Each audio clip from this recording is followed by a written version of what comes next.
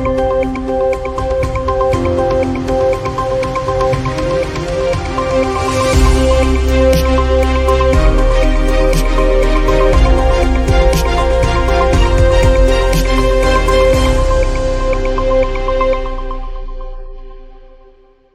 News Daily Report.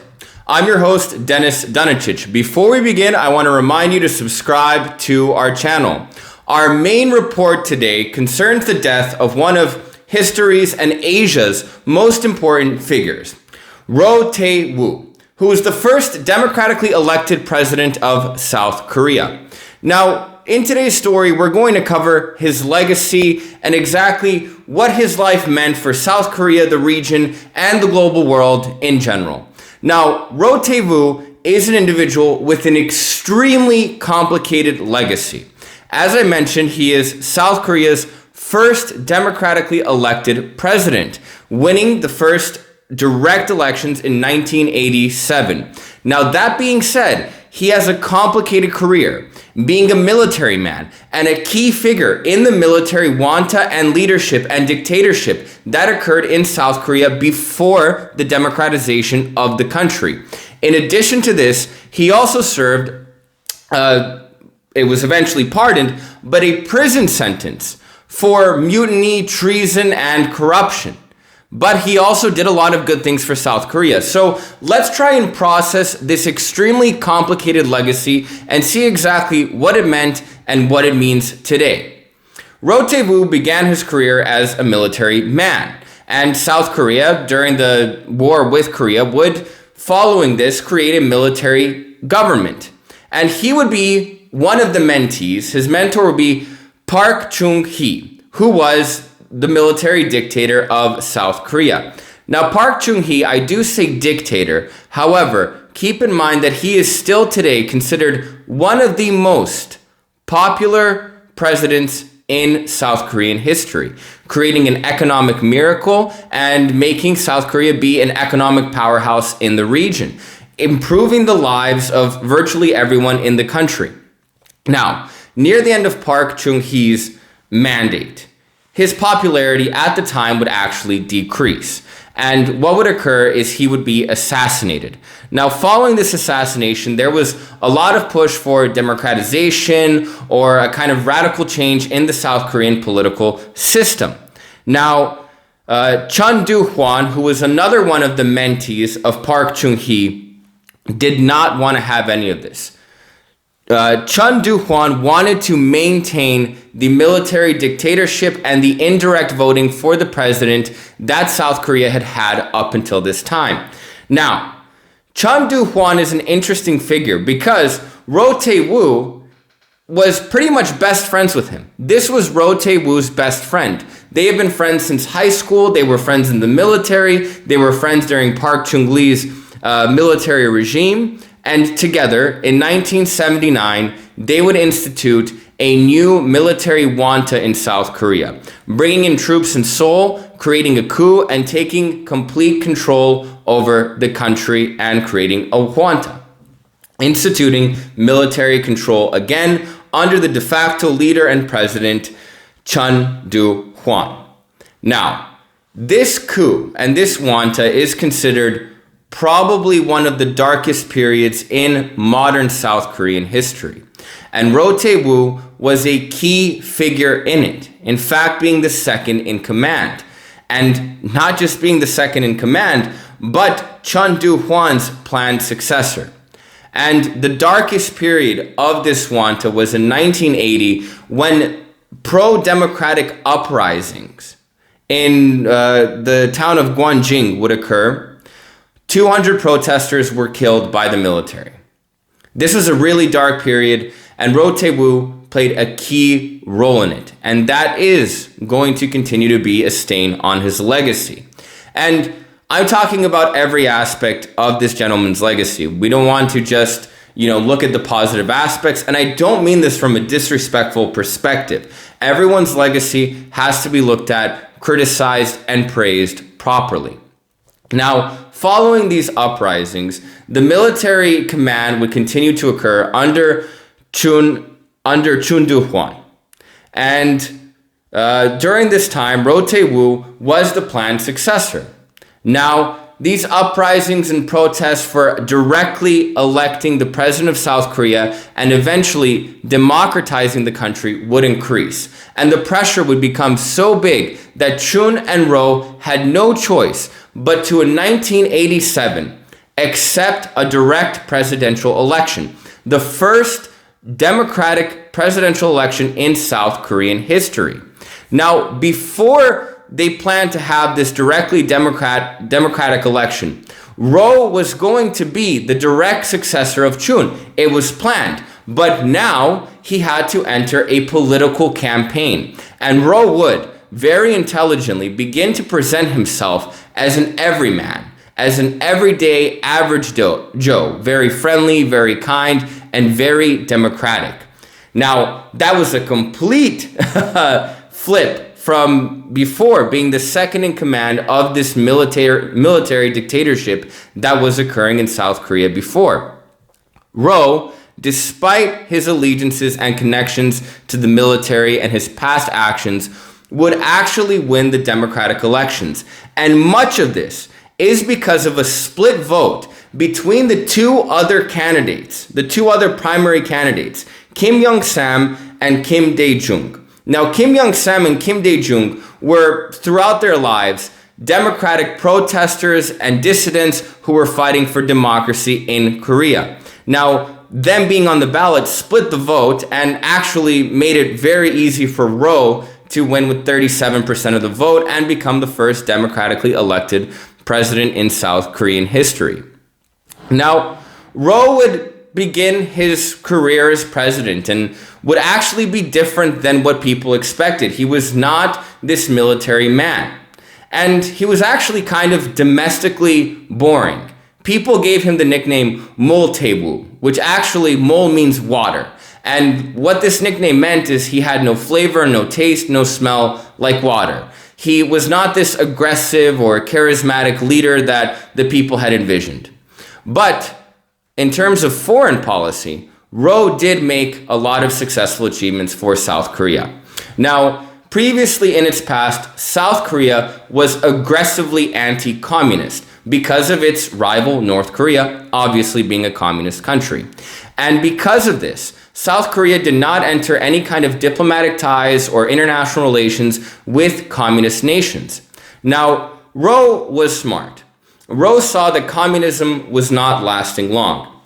And South Korea economically is, and at the time was, and is always going to be a country that is reliant on exports. It is a country that produces a lot and that sells a lot and needs other trading partners on the market to sell its products. Now, Roh would begin to enter these communist countries that were slowly leaving communism. And South Korea would develop its first international relations and recognition, diplomatic recognition of a communist country, Hungary, in 1989. And in 1990, Roh would establish international relations with the Soviet Union itself. Now, keep in mind, this was done right near the end of the collapse of communism in Eastern Europe and the collapse of the Soviet Union. This was a tactical move to create relations with relevant countries in the region. Now, probably what Roh's largest achievement is diplomatically and in terms of international relations is rebuilding a kind of relationship with North Korea. In fact, in 1990, Roh managed for South and North Korea to have its first meeting of prime ministers. And finally, Roh's largest achievement on the international scale was in 1991. South Korea would finally join the United Nations. And what's really notable about this achievement, the day that it joined the United Nations was on the exact same day with North Korea. Roh would make it so that North and South Korea would join the United Nations together. And at the time, this was extremely symbolic and made a lot of people believe that the North and South were finally beginning to reconcile their differences and that reunification was possible. Now, for those of you that know history and follow international news and what's going on today, you know that that is not the case anymore. Ever since Roh's tenure and mandate as president, relations between North and South Korea have just gotten much worse. There was a period in 2018 where there were summits and meetings between presidents, and notably even US President Donald Trump being involved in a summit, but more or less relations have only gotten worse, with North Korea exploring nuclear arms as its only chance of survival, and many other South Korean presidents taking an even more hardline stance against the nation in hopes of receiving support from what is now a democratic population. Now, Roh would only serve one term as president, and his successor, Kim Young-sam, would, during his term as president, create an investigation against Chun Do-hwan and Roh Tae-woo. The former president would be investigated for his involvement in the previous military coup that occurred in 1979, the military actions and the uprisings in Gwanjing that occurred in 1980, and different and various accounts of corruption. Now, this investigation would eventually end with Roh being tried and convicted of mutiny, treason, and corruption, and he would be sentenced to 22 and a half years in prison. His best friend and former ally, Chun, would be sentenced to death. Now, shortly a year later, a Supreme Court decision would change Chun's sentence to only 17 years, Chun's sentence to not a death sentence, but a life sentence, and Roh's sentence from 22 and a half years to 17 years. Now, interestingly enough, Kim Young-sam would also only serve one mandate as president and would lose re-election to Kim Dae-jung. Now, while Kim Dae-jung was president-elect, he made the request that both Chun Do-hwan and Roh Tae-woo be pardoned of their crimes.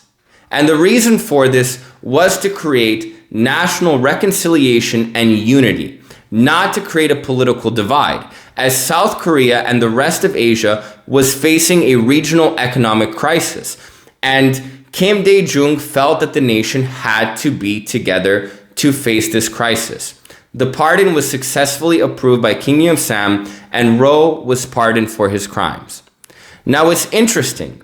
The person that pushed for this pardon was Kim Dae-jung. And Kim Dae-jung was one of the organizers of the uprisings and protests in 1980. And during this time, Kim Dae-jung was actually sentenced to death by the government led by Chun Do-hwan and Roh Tae-woo. And he intentionally made sure that when he became president-elect and almost president, to pardon them from their crimes, showing his willingness to forgive and forget and to move forward. And for this, and not for this, but for many other actions, especially during the Southeast Asian economic crisis, Kim Dae-jung would win a Nobel Peace Prize. And he's the only Korean to date to win the Nobel Peace Prize. Now, let's just end on Roh Tae-woo's legacy, an extremely complicated one.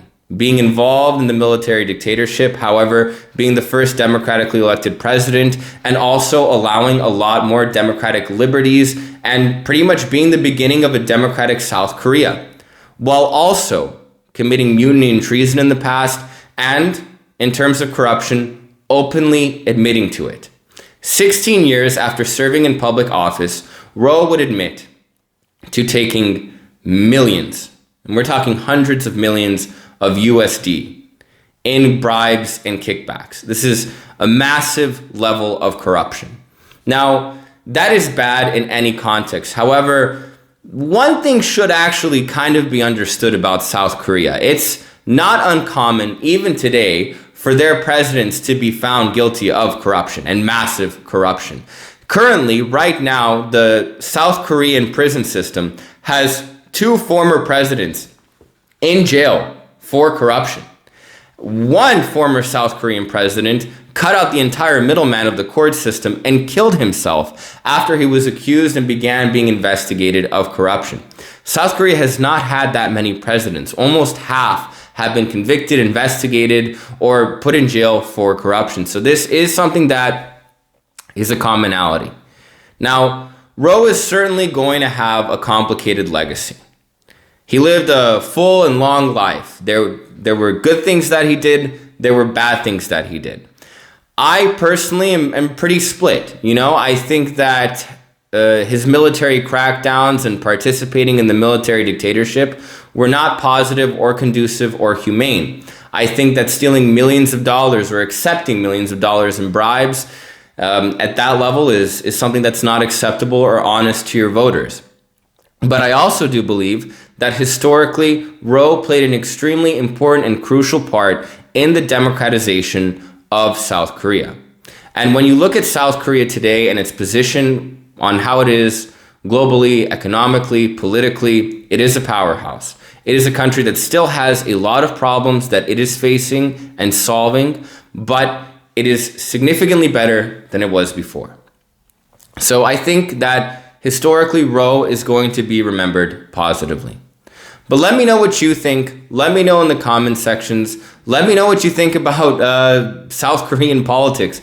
The presidential politics of South Korea are fascinating. I mean, this stuff is more fascinating than a Spanish telenovela, really. Anyways, thanks for tuning in, and I'll see you next time.